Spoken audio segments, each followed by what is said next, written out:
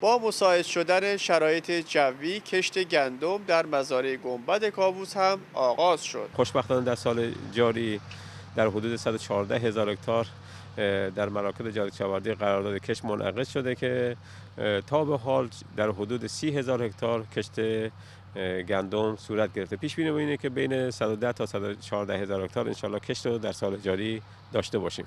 برای حمایت از کشاورزان گندمکار امسال نهادهای کشاورزی هم در سطح استان فراهم شده است. الحمدلله تا این لحظه ما بحث کود تامین شد، بحث بذر تامین شد، مشکلی نداریم. درسته که یه مقداری کشاورزان عزیز ما برای تهیه بذر گندم به مشکل برخورد کردن، اما ما هیچ کشاورزی رو بدون بذر نخواهیم گذاشت. توصیه کارشناسان به گندمکاران این است که کشاورزان برای حفظ رطوبت خاک کشت خودشون رو در مزارع به صورت کشت بدون شخم انجام و دولت هم برای خرید دستگاه کشت بدون شخم بسته‌های حمایتی در نظر گرفته است. مهمترین پارامتر در تولید دیمزارها حفظ رطوبته.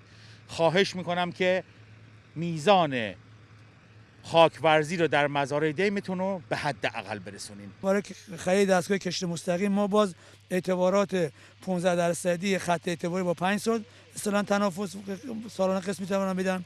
بحث اینه که ما تا 10 میلیون تومان برای خرید دستگاه نوتیل و یا کم خاکورزی باز بلاعوض از کشاورزان عزیز خواهیم داد.